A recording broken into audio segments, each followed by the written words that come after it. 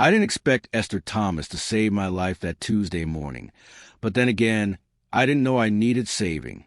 She caught me in the glass wall hallway of our headquarters, balancing a failing laptop and a stack of blueprints that were about to scatter across the polished floor.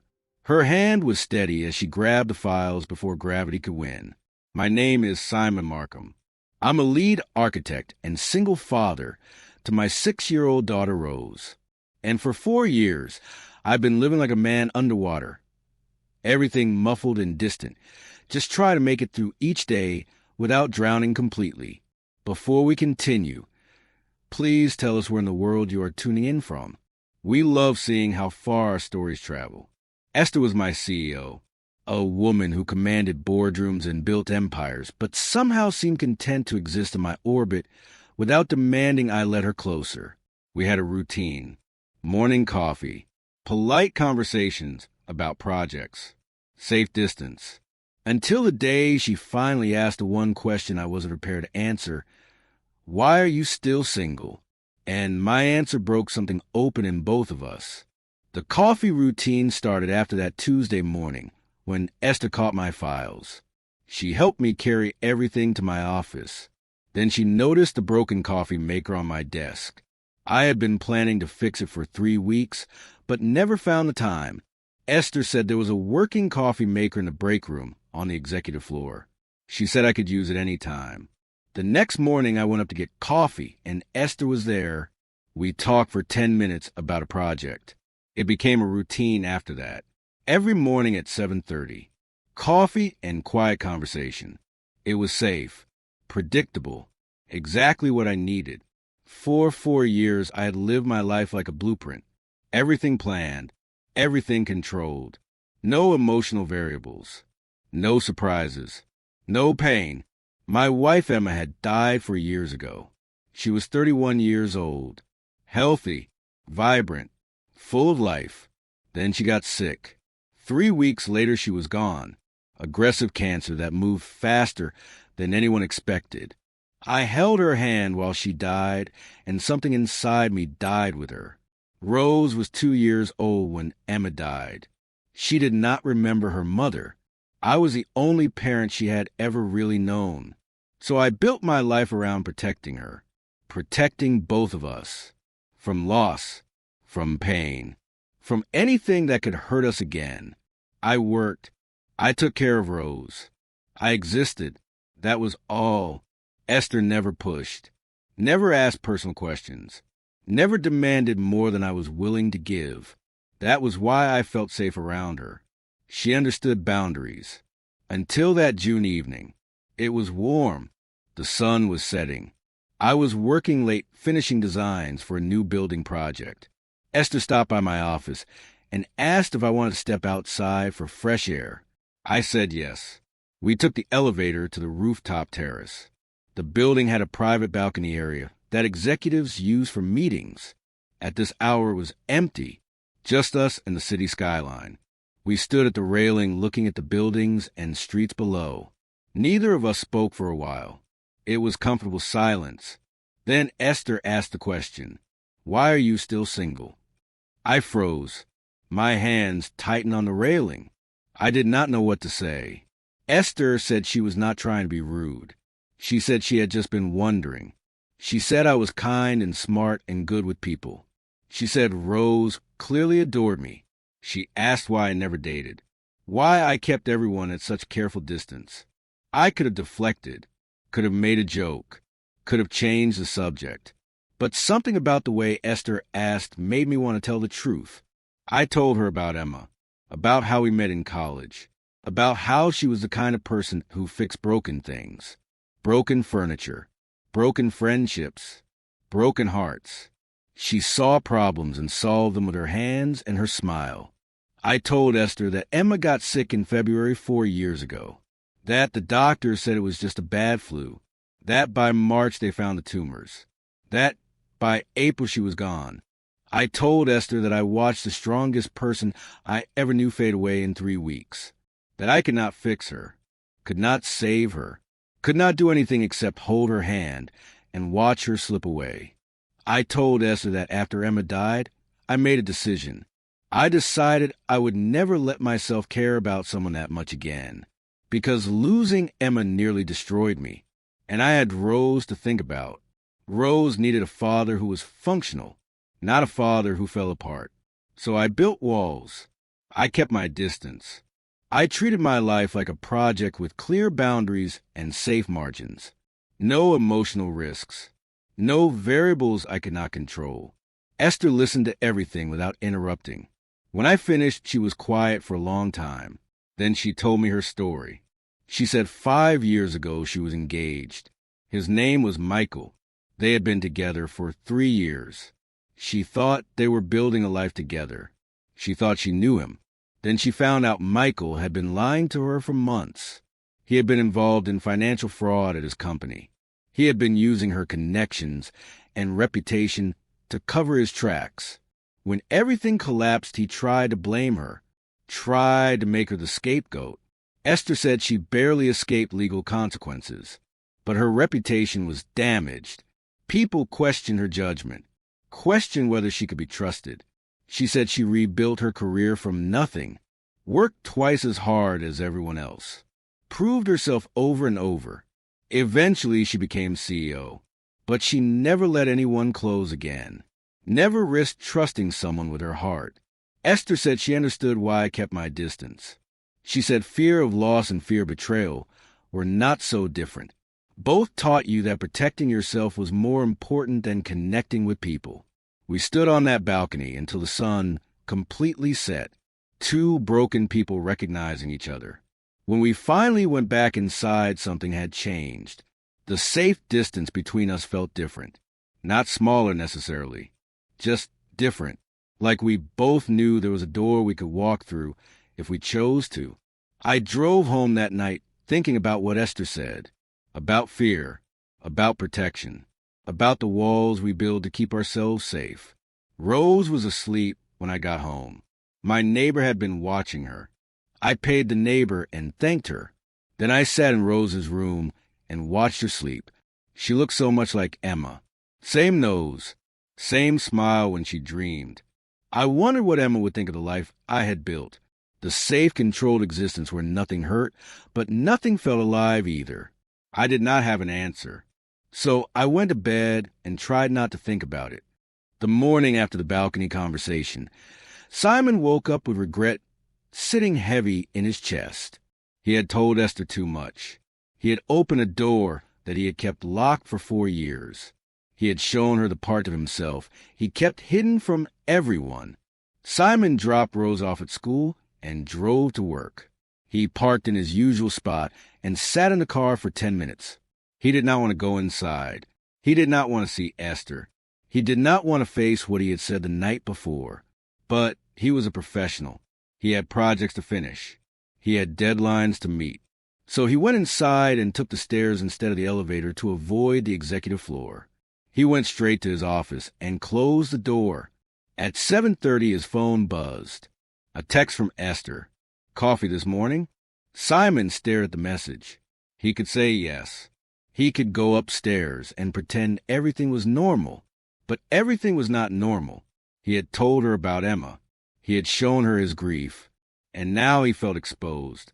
Simon texted back. Busy morning. Rain check. Esther replied. Sure. Another time. Simon felt guilty, but also relieved. He needed space.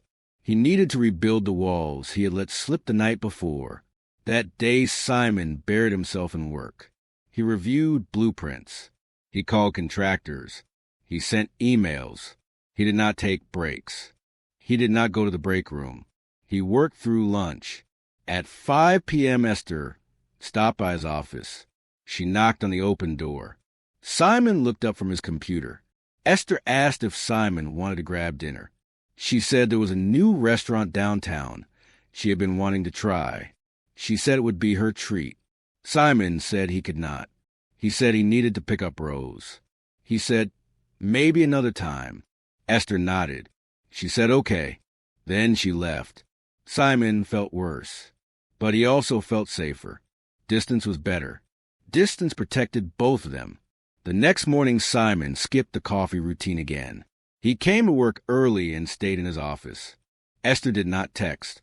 This pattern continued for a week. Simon avoided the executive floor. He worked through lunch. He left the office as soon as his hours were done. He did not answer Esther's occasional texts asking if he was okay. He told himself he was being professional. He told himself this was better for everyone. He told himself that getting close to Esther would only lead to pain. But the truth was simpler. Simon was scared that if he let Esther in, he might actually care about her. And if he cared about her, he could lose her, just like he lost Emma. And he did not think he could survive that kind of loss again. Rose noticed something was wrong. She asked why Miss Esther did not come over anymore. Simon had invited Esther to their apartment twice for dinner before the balcony conversation. Rose had liked her. Esther had played blocks with Rose and listened to her talk about school. Simon told Rose that Miss Esther was just busy with work. Rose looked at him like she did not believe him. She said that Daddy seemed sad. Simon said he was just tired. But Rose was 6 years old, and she knew her father better than anyone. She said that Mommy would want Daddy to be happy. Simon asked her why she said that. Rose said because Mommy loved Daddy, and people who love you want you to be happy. Simon did not know what to say, so he hugged Rose and told her he loved her. Rose hugged him back and said she loved him too. That conversation stayed with Simon. He thought about it at night when he could not sleep. He thought about it during the day when he was supposed to be working. He thought about what Emma would want for him. Emma had been full of life. She believed in taking risks. She believed in connecting with people. She believed that love was worth the pain it sometimes caused. But Simon was not like Emma. He was careful, controlled, safe. By the end of the second week, Simon had convinced himself that avoiding Esther was the right choice. He had convinced himself that being alone was manageable, that he could live this way, that this was enough. Then Friday afternoon happened. Simon was in his office working on a major presentation. The presentation was scheduled for Monday morning. It was for a huge potential client. 8 months of work. Designs for a 20-story mixed-use building. This project could define his career. Simon had been working on the presentation files all week, refining slides, double-checking calculations, making sure everything was perfect. At 4 p.m., Simon's laptop froze. The screen went black. Simon pressed keys. Nothing happened. He held the power button and tried to restart. Nothing. Simon felt panic rising. He tried everything he knew. He unplugged the laptop. He removed the battery. He plugged it back in. Nothing worked. His laptop was completely dead, and all his presentation files were on it. Simon called IT support. They said they could look at it Monday morning. Simon said he needed it now. They said everyone had left for the day. They could not help until Monday. Simon sat in his office, staring at the dead laptop. He felt his chest getting tight. His breathing got shallow. His hands started shaking. This was not about the laptop. This was about control. When Emma got sick, Simon could not control it. He could not fix it. He could not save her. No matter how hard he tried, no matter how much he wanted to, he was powerless. And now, he could not even control his own work, could not protect the one thing he had left, his career, his ability to provide for Rose. Simon felt like he was drowning, like the water he had been living under for 4 years was finally pulling him down completely. He tried to calm down, tried to breathe, but the panic was too strong. At 6 p.m., Simon was still sitting in his office. The building was mostly empty. Rose was with a babysitter. Simon knew he should go home, but he could not move. His phone buzzed. A text from Esther. "Are you still here? I saw your office light on." Simon stared at the text. He should say he was fine. Should say he was leaving soon. Should maintain the distance he had worked so hard to create. Instead, Simon texted back. "My laptop died. I lost everything from Monday's presentation." 3 minutes later, Esther was at his office door. She looked at Simon. at his shaking hands, at his shallow breathing, at the fear on his face. She said one word, "Come." Simon followed her. Listen, if you've made it this far in the story, you're invested. You want to know what happens to them. But here's the thing. Most people scroll past these stories without subscribing. They watch, they enjoy, and they disappear. If this story matters to you, if you actually care how it ends, hit that subscribe button, please. It takes 2 seconds. And if you don't, you'll probably forget about this channel and never hear another amazing story from me. Esther led Simon to her office. It was after 6 p.m., and the building was mostly empty. Her office was large with floor-to-ceiling windows showing the city skyline. There was a leather couch against one wall. Esther told Simon to sit down. He sat. His hands were still shaking. His breathing was still shallow. He felt like his chest was being crushed. Esther sat next to him. Not too close. Just near enough. She told Simon to breathe with her. She counted slowly. In for 4 counts. Hold for 4 counts. Out for 4 counts. She did this for 5 minutes until Simon's breathing started to even out. Then Esther asked Simon where his laptop was. Simon said it was still in his office. Esther went and got it. She brought it back along with her own laptop. Esther asked Simon if he had cloud backup. Simon said yes. He had everything backed up to the company server, but he could not access it without his laptop login credentials. Esther said she could access it. She was CEO. She had administrative access to all company accounts. She opened her laptop and logged into the server. She found Simon's backup files. She downloaded everything to a secure drive. Within 20 minutes, Esther had recovered all of Simon's work. Every presentation slide, every blueprint, every calculation. Nothing was lost. Simon stared at the files on Esther's screen. Relief washed over him. Then something else. Shame. He had spent 2 hours panicking over something that had a simple solution. He had fallen apart over a problem that was fixable. Esther asked Simon if he was okay. Simon said yes. Then he said no. Then he said he did not know. Esther closed her laptop. She turned to face Simon. She asked him what was really going on. She said this was not just about a laptop. Simon knew she was right. He sat there on Esther's couch and felt 4 years of control crumbling. He had worked so hard to keep everything contained, to keep his grief manageable, to keep his fear locked away. But it was not working anymore. Simon told Esther the truth. He said when his laptop died, it triggered something in him, something he had been trying to avoid for 4 years. The feeling of being completely powerless. The feeling of watching something important die and not being able to stop it.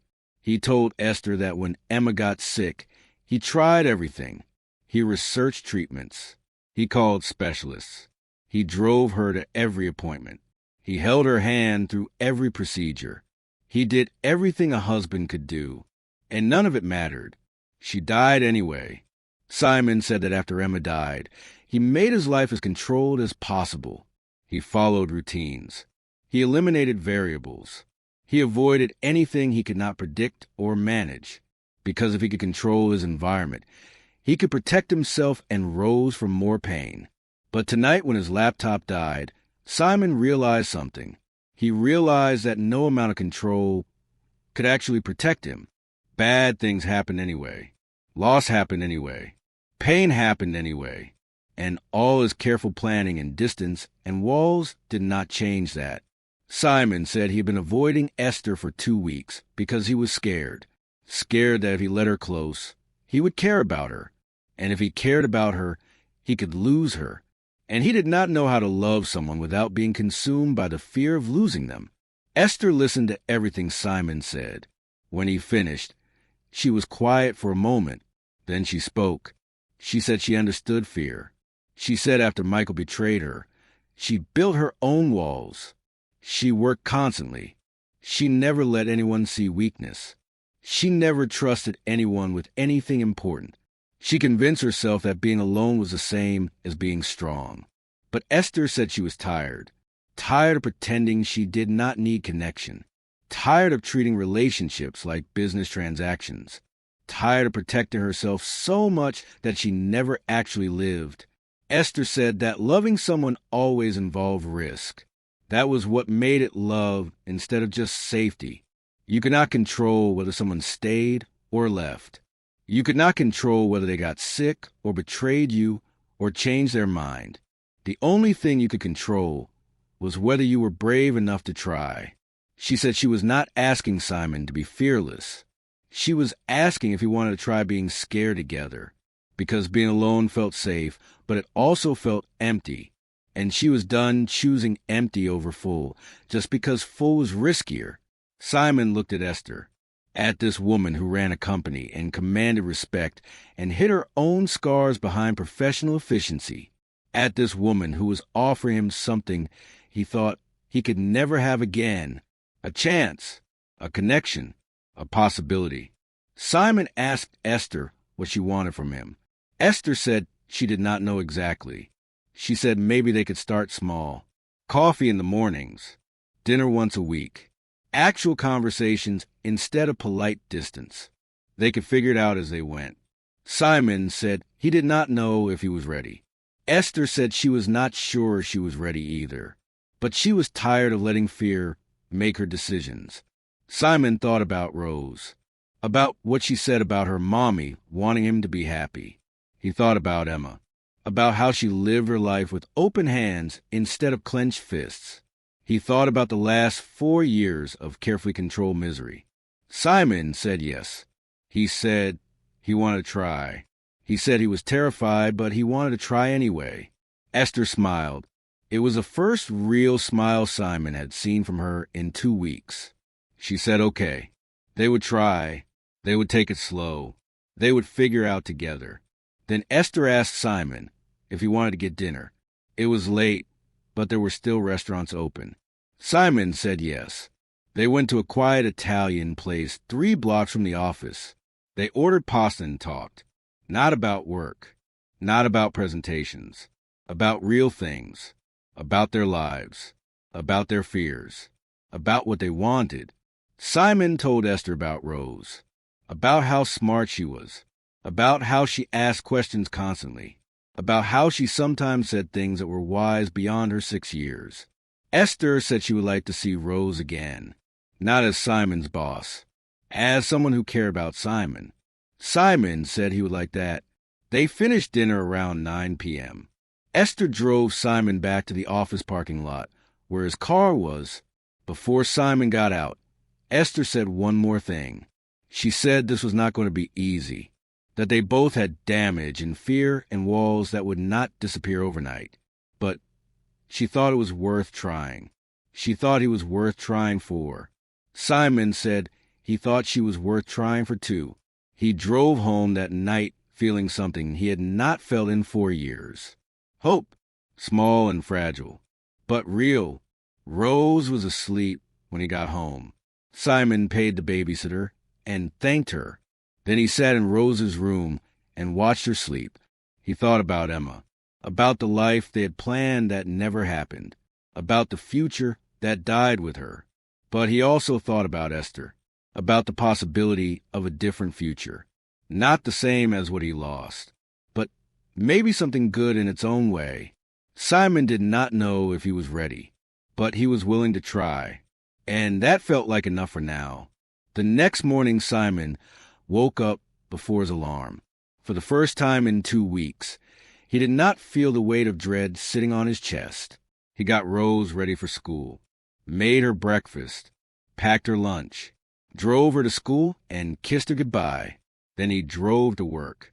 He parked in his usual spot.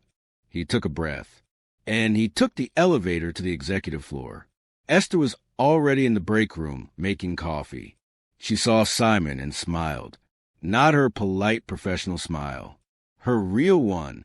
They had coffee together. They talked about Simon's presentation on Monday, about how to transfer his files to a new laptop, about normal things. But it felt different, lighter, more honest. After coffee, Simon went to his office and worked on his presentation. He felt focused in a way he had not felt in weeks. By the end of the day, everything was ready. His presentation was polished. His files were organized. He felt prepared. Monday morning came. Simon delivered his presentation to the potential client. It went well, really well. The client signed a contract for the project that afternoon. 8 months of work had paid off. Simon called Esther to tell her. She said she was proud of him. She said they should celebrate. She invited him to dinner that Friday. Friday night, Simon got a babysitter for Rose. He put on a clean shirt. He drove to the restaurant where Esther was waiting. They had dinner. Real dinner. Not work dinner. Not polite conversation dinner. They talked about their lives, their childhoods, their dreams, the things that scared them, the things that made them laugh. Esther told Simon about building her company from nothing after the scandal with Michael, about the years of working 18-hour days to prove herself, about the loneliness of success when you have no one to share it with. Simon told Esther about the first year after Emma died, about how he barely functioned, about how Rose's babysitter basically raised her for 6 months while Simon fell apart, about the guilt he still carried for not being present during that time. They were honest with each other, completely honest. It was terrifying and freeing at the same time. After dinner, they walked through the city. It was a warm night. The streets were busy with people. They walked for an hour just talking. When they reached Esther's car, she asked Simon if this was okay, if he was okay with whatever this was becoming. Simon said yes. He said he was still scared, but he was okay with being scared as long as they were figuring it out together. The next weekend, Esther came over to Simon's apartment for dinner. Rose was excited. She had been asking about Miss Esther for weeks. When Esther arrived, Rose ran to the door and hugged her. They made dinner together. Pasta and salad.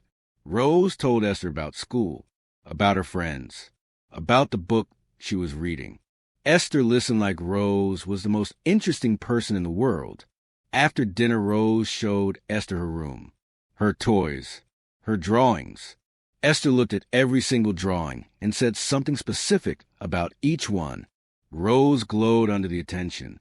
When Rose went to bed, Simon and Esther sat on the couch. Esther said Rose was wonderful. Simon said she was. Esther said Simon was doing an amazing job raising her. Simon said he was trying. Esther asked Simon what Emma was like. Simon had not talked about Emma in years. Not really. But he told Esther about how Emma laughed too loud at movies, about how she cried during commercials, about how she saw broken things and fixed them without being asked. Simon said he used to worry that moving forward meant forgetting Emma, that loving someone new meant betraying her memory. But Rose had said something that changed his mind. She said people who love you want you to be happy. And Simon believed Emma would want him to be happy, would want him to live, not just survive. Esther said she thought Emma sounded like someone who understood that love was not a limited resource, that loving someone new did not erase what came before. Over the next 6 months, Simon and Esther built something together. Slowly, carefully. They had coffee every morning, dinner once a week. They introduced each other to their worlds. Simon met Esther's parents. Esther met Simon's sister. Rose loved having Esther around. She asked if Esther was Daddy's girlfriend. Simon said yes. Rose asked if that meant Esther would stay. Simon said he hoped so. 1 year after the balcony conversation, Simon took Esther and Rose to the coast for a weekend. They rented a small house near the beach. Rose played in the waves while Simon and Esther sat on the sand. Esther asked Simon if he was happy. Simon thought about the question, about the 4 years he spent underwater, about the walls he built to protect himself, about the fear that controlled every decision. Then he looked at Rose laughing in the waves, at Esther sitting next to him, at the life he almost refused to live because he was too scared of losing it. Simon said yes. He was happy. Not the same happiness he had with Emma. That life was gone. That chapter was closed. But this was a different kind of happiness. The kind that came from choosing to be brave, from choosing connection over safety, from choosing to live instead of just survive. Esther smiled. She said she was happy too. She said she never thought she would trust someone again after Michael, but she trusted Simon. She trusted what they were building together. Simon told Esther he loved her. It was the first time he said it out loud. Esther said she loved him too. They kissed while Rose built sand castles and the sun set over the ocean. That night after Rose went to bed, Simon stood on the porch of the rental house. He looked at the stars. He thought about Emma, about the life they planned, about the future that died with her. But he also thought about the future he was building now, with Esther, with Rose, with people he chose to love even though love meant risk. Simon knew Emma would be proud of him, would be proud that he did not let fear win, would be proud that he taught Rose that love was worth the risk of loss. For the first time in 4 years, Simon was not living underwater. He was breathing. He was present. He was alive. He was moving forward. And forward was the only direction that mattered. Simon spent 4 years building walls to protect himself from pain. He thought control and distance would keep him safe. But safety is not the same as living. Simon learned that love always involves risk. You cannot protect yourself from loss by refusing to care. You can only protect yourself from life. And a life without risk is a life without joy. The lesson is not that grief goes away. It does not. Emma's death changed Simon forever. But grief does not have to define your entire future. You can honor what you lost and still choose to move forward. You can carry your past and still build something new. Some of you are not just listening to this story. You are remembering parts of your own life. You worked long hours. You came home tired and tried to hold the house together, believing there would always be time later for conversations. Then one day you realize children grow up quietly and some chances don't come back. Many of you have also seen things you never really spoke about. People you expected to grow old beside are gone, and life simply kept moving while you carried it privately. You showed up. You provided. You stayed. That matters more than you were ever told. I put together a small book about fathers and children, the distance that sometimes forms, and the small things that can still change how the relationship turns out over time. If it feels like something you want to look at, the link is in the description. So here's the real question. Did you subscribe yet? Thousands of people will listen to this story and won't subscribe. Please don't be that person. Please subscribe to this channel, and let's keep breathing life into stories that were never meant to stay silent. And here's what I need to know. Do you want part 2?